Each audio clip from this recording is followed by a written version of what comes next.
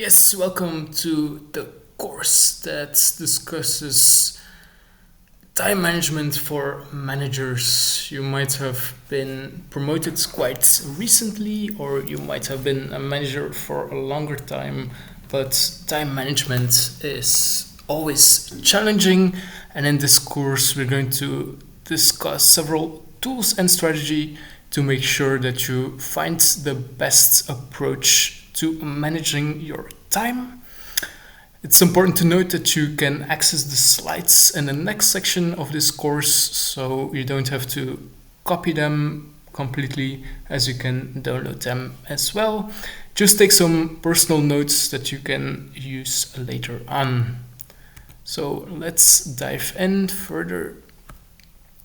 So what's time management? Well, it's the process of planning and being conscious about your time and focusing on the right activities to make sure that you meet your goals and have the desired level of productivity. For managers, this is essential because you have a big impact on the performance of your organization, as you are able to impact several people in the organization, and you have to make sure that everyone is steering in the right direction while you are really avoiding useless tasks. And we have seen that managers have a lot of interruptions from emails, personal messages on Slack or Teams, Zoom meetings, and so on. So there are a lot of things going on. So it can be challenging to find the right approach while you have to deal with all these stimulus and the limited time that you have available every single day. As a manager myself, I find it quite challenging to juggle different types of tasks, whereas some tasks required some creativity, others required more rational approach. And I find it really challenging to juggle between these different types of tasks. So this is why I looked into time management to make sure that I could use my limited mental bandwidth in the right way. And so I still had some energy left for my friends and family, whereas before I had a really hard time finding enough energy at the end of the day because I had to deal with so many different types of energy and mental challenges during the day that I was spending so much energy on it that I was completely wiped out at the end. So let's take a further look at some more approaches. Oh, I clicked too fast here. So there are four really powerful concepts when it comes to time management that I really want to stress today. The first one is the Eisenhower matrix that will help you to find the most urgent tasks that you have to focus on directly. Secondly, we have the Pomodoro technique that allows you to focus during a certain period of time so you don't get distracted by other things but really hammer on the problem until it's fixed. We also have time blocking, where you can divide your day into specific time slots. For example, during certain parts of the day you can focus on creative work, whereas on other parts of the day you have to be more rational and, for example, focus on accounting, on finding the right invoices, and so on. And finally, we have my favorite. It's the Pareto rule, where 20% of your efforts will result in 80% of the results, meaning like a very small amount of your actions will already provide the most output. So we have to try to find out which efforts are the most beneficial and provide the most of our efforts. And in some instances, it can be a great idea to remove tasks that don't really provide the results we want and to really hone in onto our key efforts that provide the most results. So let's dive into each of these principles a little further. So, yes, So the Eisenhower matrix is a really classic. It has 4 quadrants, and you try to divide the tasks based on how important they are and how urgent they are. So one quadrant should indicate all the tasks that are immediately necessary and very important, and you should really focus on these tasks. And the tasks that are not urgent and not important can be eliminated. And some tasks that are important but not that urgent should be scheduled for the coming weeks, as they later on will be important and urgent.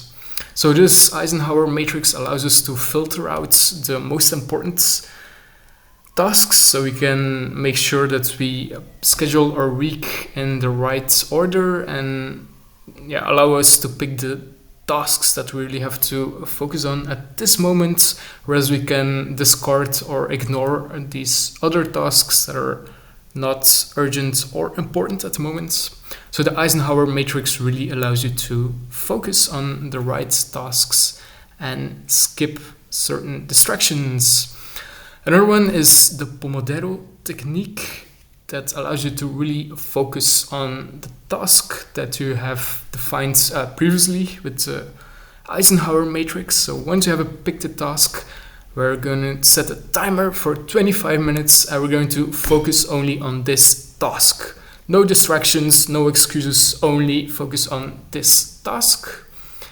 And once we have done this, we can take a break for 5 minutes, and if necessary, we can repeat our timed focus with 15 or 25 minutes intervals better, and take a break every so often. And this really allows us to box in time intervals, so we don't get any other things on our plate, but really focus on finding a solution to the problem and eventually meeting the goal. So you can just use a timer app on your phone. What I also really like is time blocking, where we allocate certain days of our time to specific tasks. For example, as I mentioned before, you can block, for example, Wednesdays mornings to focus on creative tasks, whereas in the afternoon you're going to focus on more practical issues. And you can look at your energy levels to do this as well. For example, if you notice in the morning that you're more creative, you can use this block of the day to focus on creative tasks. If you notice in the afternoon that you have more energy for more boring tasks or more practical things, you can block this time as well. You can look at your current calendar and see how things are scheduled and use this as a guideline. But time blocking can really make sure that you bundle tasks together and focus on the same type of energy. If you have to be creative, you can bundle all these tasks together, whereas if you have to do more administration, once again bundle these tasks, because switching between different types of energy or mental modes can be very time consuming. So once you're in creative modes, try to hammer out as many creative tasks as possible and focus on other tasks later on. So let's look at the next essential item, and this is the Pareto rule. This is based on actual research, where they realized that a lot of results actually come from 20% of the efforts, and they were able to extrapolate this over a broad range of areas and results. So it has found this introduction into time management as well, and you should really try to focus on the tasks that are delivering the best results. And this can be done by introspection. For example, every week you can check your calendar and see what efforts really provided the most results. And if you notice that certain meetings were not relevant or certain tasks don't result in the desired efforts or results, you can remove these tasks from your calendar and try to expand the efforts that work, because we all have certain ideas or approaches that really develop the desired results, whereas other items might be less relevant. So the Pareto rule is a very strong one. So we will try to apply the previous concepts of time management on managers and their role in the organization. So let's make things more practical and make sure that it's relevant to your life. So it's important to delegate the work as a manager. So you have to identify the relevant tasks. We have discussed how to do this previously, and then match it with the strengths of your team members. So you can make a matrix based on the skills of the team member and then the task to match people in the right order. It's important that you have clear expectations and know that people have a time frame, so they know when they have to deliver the results, they know what has to deliver it and in which way. So you have to be really clear about this, and also follow up without micromanaging, but make sure that everyone is able to deliver the results. If necessary, you can ask if they have certain roadblocks that you have to remove for them, because sometimes people don't realize that there is a deadline or that they need specific tools or access to software or whatever. So check in and make sure that people know what you want and when you want it, and be very upfront and clear about your expectations, because it's easy to have a miscommunication where people don't know what you want. So check in from time to time, but don't overdo it, so don't micromanage people.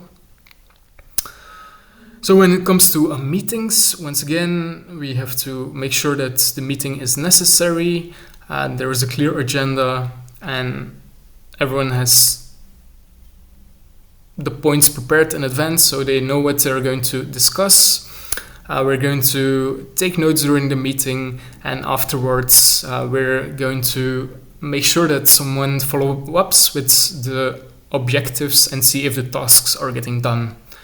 It's also important to note that meetings are very expensive. So some companies calculate how much each meeting costs to discourage people from planning useless meetings.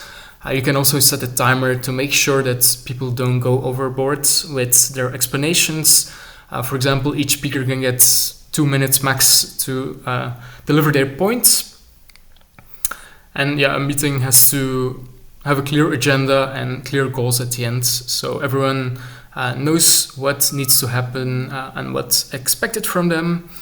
It's easy to see a meeting as a boring or as a social game where you just waste some time, but as a manager, it's important that you encourage your team members to be concise and goal-centric. So let's move over to the next point, and this is prioritizing tasks, setting the day right. One thing you can do is planning your day in advance. For example, on Sunday evening, you can already plan your Monday. On Monday evening, you can already plan your Tuesday and so on. And this makes sure that you immediately know what you have to do when the day starts. And you can also obviously reassess if necessary, but it's a great way to start the day with a to-do list, and this allows you to get a feel of accomplishments once you can already check off some tasks. Whereas if you have to do this the day yourself, you can get distracted by short-term interruptions, whereas a clear schedule in advance allows you to move forward without having to think about or doubt your next steps. So prioritizing tasks is essential.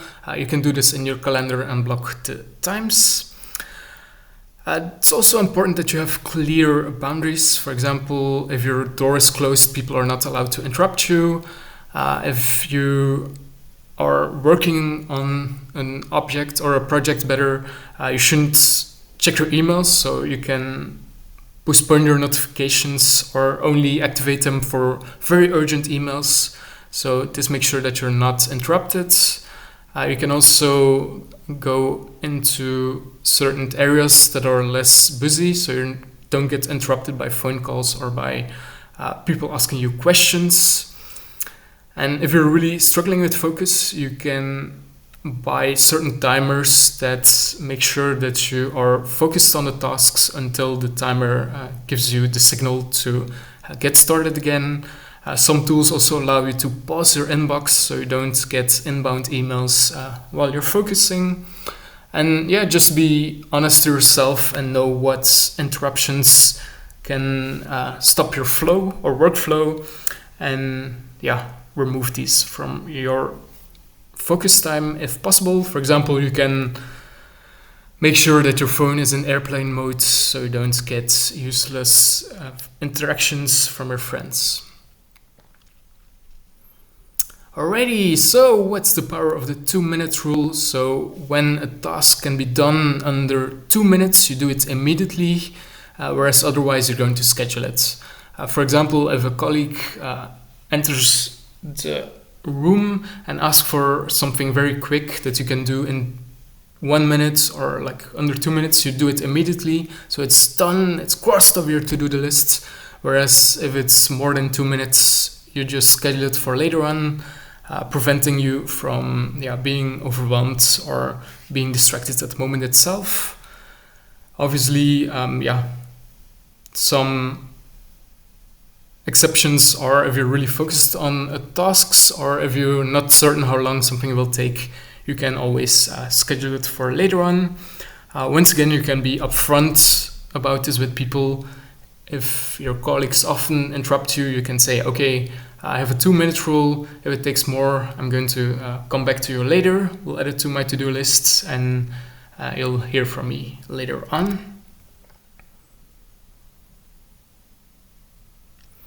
And something really powerful is eating the frog, and this means that you start with a boring thing at the beginning of the day, and this ensures that you already have something to be proud of because you already checked something from your to-do list and you're already in a workflow, you already did the boring thing and can now focus on cooler things. So try to schedule the boring stuff at the beginning of the day so it's done, you can move forward and you don't have to dread it the rest of the day. So it's a simple technique that it's often used to get rid of boring things such as collecting invoices or dealing with difficult problems.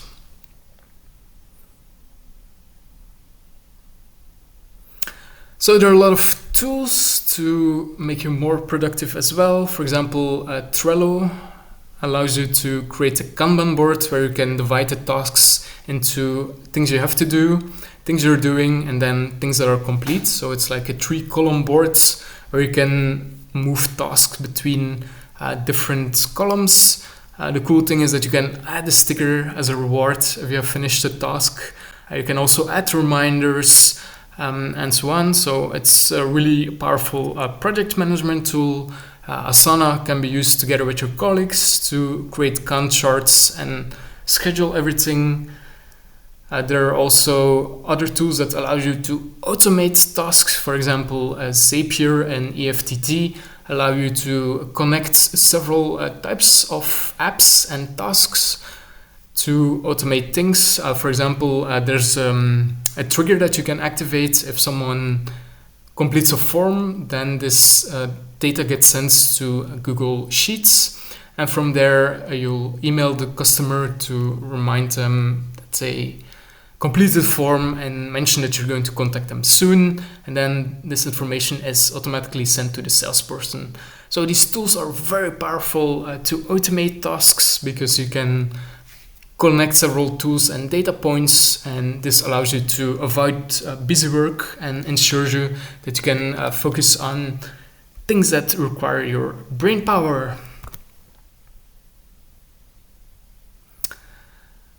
So something we touched on before, but task batching is really important because it allows you to use your energy in the most efficient way possible.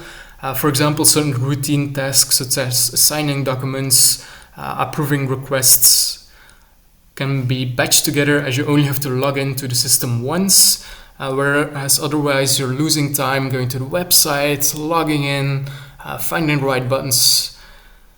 So make sure that you can batch certain tasks that require not a lot of brain power, but just manual action. My favorite one is signing documents that I do at the end of the day, because it's quite tedious and repetitive, but once you're in the flow, it goes fast. Whereas if you have to get in that workflow, it can take some time to find the right settings, to edit the right items. So something that I enjoy batching together. You can use color codes and review the calendar of the previous week to see what task can be batched. In some instances, AI can be used to batch tasks automatically for you as well. So a very powerful principle. And a really important item is to reflect and have time audits. If you're struggling with this, you can use some post-it notes and fill in every task you've done in the previous week and try to batch them together, try to see which tasks were not that useful, and so on. There are also time trackers such as Time Doctor that allow you to see what you did in the previous week, and then minute by minute you can see what websites you have visited, what tasks you have done. And if you notice that certain websites are not productive, you can block them as well. So this can lead to surprising conclusions, because you never know that you might be visiting YouTube or Instagram more often than you realize. So having an app that tracks your activity can make sure that you can reflect on what you're doing and find the right options. This can be done in like 10 minutes every single week. Very important is that you have the right goals to work towards. So your goals should be specific, measurable, achievable, relevant, and time-bound. So once you have a goal that is clearly defined, you should have several subtasks that can lead you to that goal. And once you notice that a task is not in alignment with the goal, you can remove it, or you have to add other goals or tasks as well. Make sure to review your goals every few months, because they might have changed or evolved. So as a manager, it's essential that you know what each person in your team is doing to reach this goal. You can also review these goals with your team every week to make sure that everyone is aligned with meeting the goals and has a clear understanding how we're going to measure the end results. Make sure it's achievable based on more insights, and that it's still specific and has a clear deadline. So this has to be reviewed as well. I obviously like a whiteboard to write down these goals so we can see if the tasks are still in alignment with the goals as well.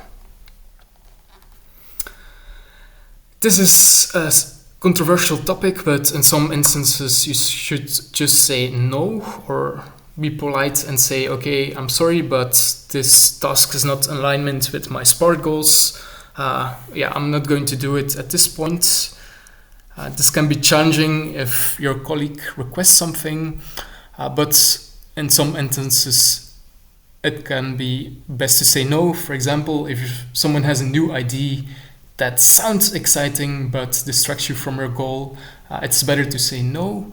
One example is just seeing a new management concept or a new idea that excites you, but you don't know how hard it will be because you've never done it before. So it's best to just focus on what works and maybe schedule time later on for some experiments, but don't start experimenting while you're focusing on achieving a goal. So mastering the art of saying no is essential. Okay, time management in a crisis situation. So try to once again find the most urgent actions, prioritize them, and stay calm.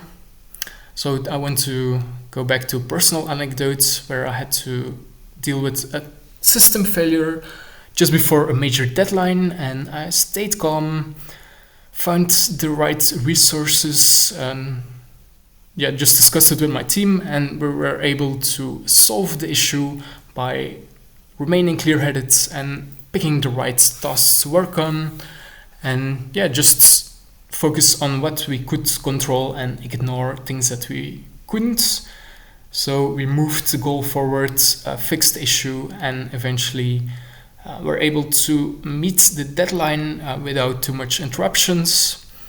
So just staying calm and finding the right tasks to work on is essential even if you're under pressure. There are some exercises that you can do to mimic this. So one of the options to discuss with human resources is doing exercises where people have to deal with stressful situations to see how they will react. And as you all know, people want to work from a remote location and have their own schedule. This brings unique challenges because it can make time management more complex. We can use several project management tools such as Asana and Trello that we discussed before to make sure that we are meeting our goals. And especially if people are working in different time zones, it can be challenging to ensure alignment. So make sure that everyone is reporting their progress so you can have a visual representation. If necessary, you can also draw on a whiteboard the tasks and goals so you're sure that you can meet the required deadlines. Always discuss the current points that people are struggling with, because sometimes people don't want to mention this because they are feeling overwhelmed or they have an imposter syndrome. But make sure to encourage people to mention their roadblocks so you can address them, and if necessary, involve other people on your team to get it fixed in time. So what I really enjoy doing is using a buffer time, and this allows me to add unscheduled tasks between meetings. So make sure don't completely book your calendar, because there are always things going wrong. You might have to deal with unexpected problems or personal issues, and having some buffer time between tasks will allow you to deal with this. Otherwise, you're stressed out if something goes wrong, if a meeting runs over time, because the rest of your day will be postponed as well. So buffer time can make sure that you don't have to deal with that and reduce your stress significantly. Okay, so addressing mindfulness is also important. As a manager, you can be very stressful, and I recommend that you look into box breathing or the Wim Hof methods that you can find on YouTube. And this is a breathing exercise that allows you to reduce the tension in your neck and shoulders, and a great way to relax the tension. You can also do stretches or movement exercises that allow you to reduce the tension in your shoulders. Massages are also a great way. Make sure to walk around from time to time, because if you're stressed and cramped up, you're not going to see new ideas or possibilities, and this can make it harder to complete tasks. So keep in mind that while you're working towards a goal, you shouldn't cramp up or be too stressed. You have to find ways that can make sure that you're present and can find new ideas. Going to the sauna is also a great way to reduce stress, or going for a walk. So just see what works for you and make sure that you're present and have your full attention on a task. So this slide make sure that you make it personal and are able to create your own system. So we have discussed several methods before, so pick and choose the one that work for you and keep refining them. For example, if you notice that Eisenhower matrix doesn't work for you, try to use a similar concept to prioritize IDs and see what works for you. Everyone has their own workflow, so try to mix and match and pick the right ones for your current situation. So yeah, once again, what's really important and can be an enormous time suck are meetings. So make sure that the meeting is relevant, that you have a great agenda, and block it out. I repeat this because I see a lot of managers wasting a ton of time in meetings that are not relevant. Sometimes you just have to say no to meetings and move on.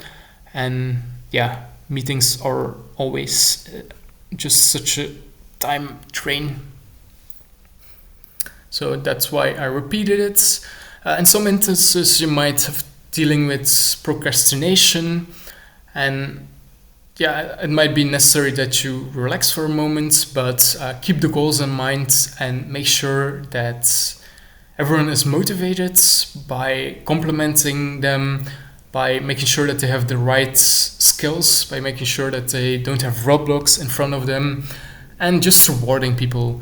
For example, if there are certain tasks that have been completed, you can give them or send an email thanking them, or just mentioning it to the team that everyone did a great job, or give them a small reward such as pizzas and so on. So make sure that everyone is motivated to meet the goal, to avoid procrastination.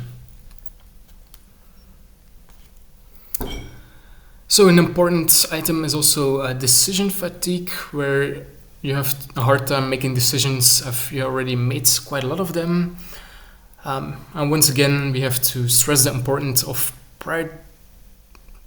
picking the right things to work on. And yeah, you can always ask colleagues or other people for input if you're struggling to make a decision, or refer to previous decisions that you have made to ensure that you pick the right option. If you notice that you can't make a decision anymore, you can always refer it to a later point in time, because sometimes you're just mentally tired and you can't make a decision anymore. So energy management is essential. Try to find out what sparks your energy. For example, listening to a great song, going for a short run, eating the right food, taking a break on time.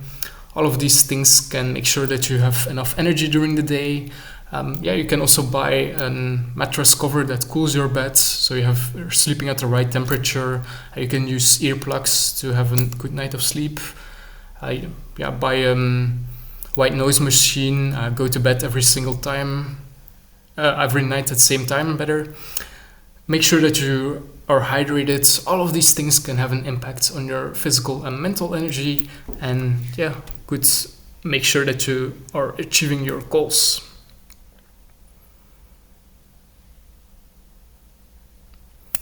And next to work, you can also try to find things that relax you. For example, go dancing, go mountain climbing, and so on. While these things can be seen as distractions, they can also develop your soft skills, such as seeing social dynamics, or deal with more challenges that can make you grow in your career as well. For example, if you go salsa dancing, it can increase your creativity and maintain balance in your life. You can also get to meet people that bring new ideas to you. So even if you have hobbies, they can still improve your career. So to bring it all together, we have seen several management tools that will help you to make sure that you are bringing your best to meeting the goals and making sure that your team is aligned and knows what to do. So from picking the right goals and actions with the Eisenhower method and the Pareto rule, We go to making sure that our goals are smart. We also have clearly scheduled our day.